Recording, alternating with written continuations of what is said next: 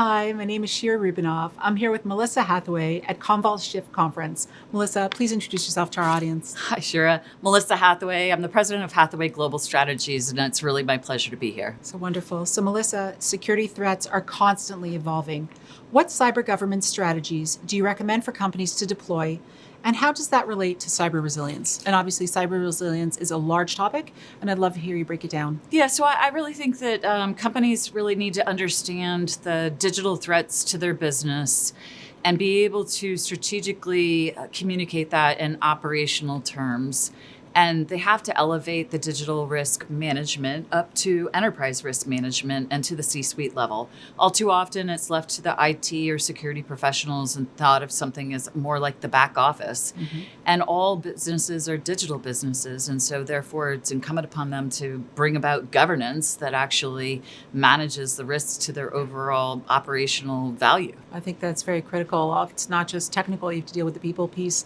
As we spoke about before in a roundtable we were just in over there, it was talking about the people, the process, and technology, and how does that translate to the business as a whole. So how does the principle of preparing for the worst day in terms of cyber attacks translate into anecdotal strategies for companies? So I think that all companies really need to be thinking about what is the worst day. Yeah. And more than 50% of companies don't have an incident response, business continuity, disaster recovery plan, like bundled or even individually. Sure. And so let's say they have a plan. So let's think about that. How did the recovery time objectives be determined? Well, it was sort of something like, I would say, spaghetti against the wall. And somebody was like, this is what I would really like it to be. But they don't have any idea if it's achievable. Right. And so it's really important that companies start to think about, again, that operational resilience of their goods, their services, the product to market, and what is an achievable recovery time? And what is the cost per minute, per hour, per day of not being able to meet that? And then that starts to really kind of make it very acute. What is the business, the business risk? Yes. And then they have to do something about it. I think that's also another important point you made. Not every business is the same. Everybody has their own business continuity plans, but also the business risks and what it translates into dollars and what the meaningfulness in terms of lost business means to a business to get up and running the way it needs to. So to assess those pieces are critical. Yeah. And do you think CEOs are engaged enough in cyber preparedness? If not, what should they be doing? And when we talk about the CEOs, a lot of the time it's more of they're told what they need to do and it's almost like a check off of it, but they're not really involved. Can you talk to this point for a moment? Yeah, so the IDC came back with I think a statistic that said that more than 60% of the CEOs were not engaged. Exactly. And, at the end of the day, they're a digital business.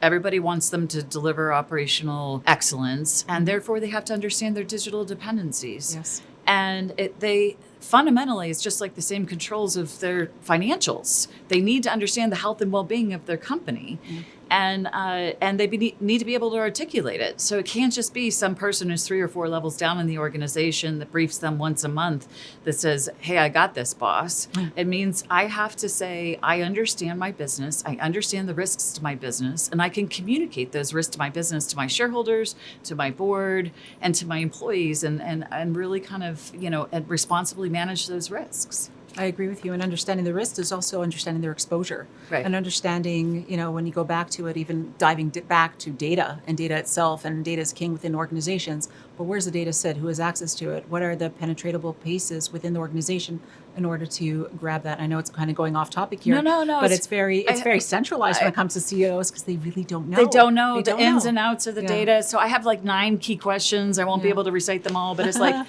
what do I collect and why from the data? Where is it stored? How is it protected? Who am I sharing it with? Gets to the cross-border data flows. Yeah. How is it secured? How do I retire it? And then who owns the data? Yes. Is it my data? Yes. If I'm one of the social media companies, Yep. Is it your data because you have the right to be forgotten or protect it? Sure. And then, or some countries have decided that the data is a national asset, Right. and therefore they own it.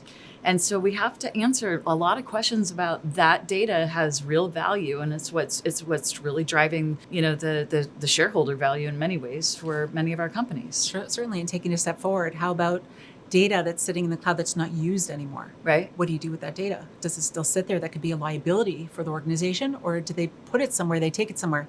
Who owns the data? Who has the right to do that? And Right. what are the regulations around that? Right. So, that's a whole nother topic. There are a We number could of go into breaches that I could recite and Yeah. actually use the company names of where they've held the data for way Yes, too but long. maybe not. But you won't want to Yeah. do that. But Probably there's not. certain things, Yes. regulation that says you have to keep, certain tax records for Exactly, 7 years, health records for 10, Yeah. and other things. But after that, it's a liability. It is. It is. And do you find that IT and security teams collaborate well? And if not, why is that so problematic? No, I find that they speak different languages, and oftentimes security is subordinated to IT, and they're never treated really as peers. One has to keep everything available at 100% of the time, and the other one has to keep it secure 100% of the time. Yep. And they don't necessarily speak the language of resilience 100% of the time. So if you're security and I'm IT, I got to be available, and and you deliver. There's a problem on your watch. Sure. Well, then we're not resilient. Yep. And if I'm IT and I'm not keeping up to date with what's going on with the different product lines or replacing my capital and or keeping my operational environment, up to date, then I'm creating a security problem for you. And so then we're no longer resilient. So we have to really be thinking about those things. Certainly. And I think that's an eloquent way of explaining it, because I would even say the layman would think IT and security are one and the same. No. What do you mean? It's just the same thing. It's IT, it's security, but explaining it that way, I think really gives, light into what it is and how the collaboration needs to happen across the organization. And when some people think of risk management, they think of data governance, for example, GDPR. And how do you view risk management, and how does that impact questions boards should be asking? When I say boards should be asking, they're now stepping to the plate and wanting to understand and taking a part in it to really get their head around things. So I always anchor this in the business strategy. Yep. What business am I in? What markets am I operating in? And where am I taking the business 1, 3, 5 years? And then I think about it and have this concentric, circles and stuff. Can IT get me there? What do I need to do from a technological perspective? And will it be secure and resilient and safe? And I think safety becomes another issue. Sure. Is it informed by all of the legal and regulatory requirements in every jurisdiction? Well, that's usually general counsel, outside counsel, chief, privacy officer or whatever. And how many times do they talk to IT, security, and that team?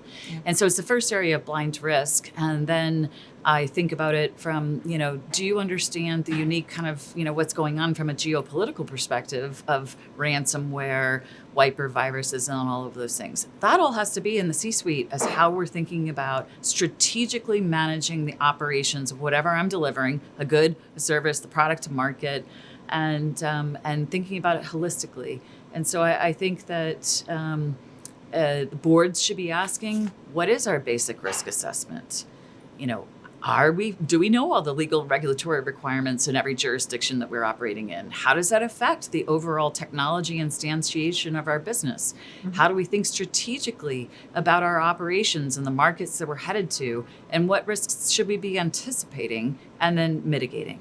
Certainly, and I think they're becoming more educated now, because there's now a cybersecurity specialist that needs to sit in the boardroom. So now they have to ask the questions, and they're becoming more informed, but they need to be more engaged. So now, on a personal note, what drew you to your role as strategic advisor at Commvault, and how do you see your experience contributing to the company's mission and vision in the context of cyber resilience? I am deeply knowledgeable about the emerging threats, the laws and regulations all around the world. And so I'm going to bring that knowledge to the products, to the partnerships that are required, and really kind of to up-level the communications of the new suite of capability, the platform that was announced today, of how they can actually start to communicate that to the buyers. And I think the buyers are more than IT and the CISOs. Yes. It's the C-suite. It's the CEO who has to deliver operational excellence and a resilient business.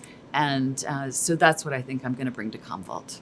They're very lucky to have you. Thank you. It's been a pleasure speaking with you. Lovely to meet you. And I look forward to further discussions. Me too. Thank you.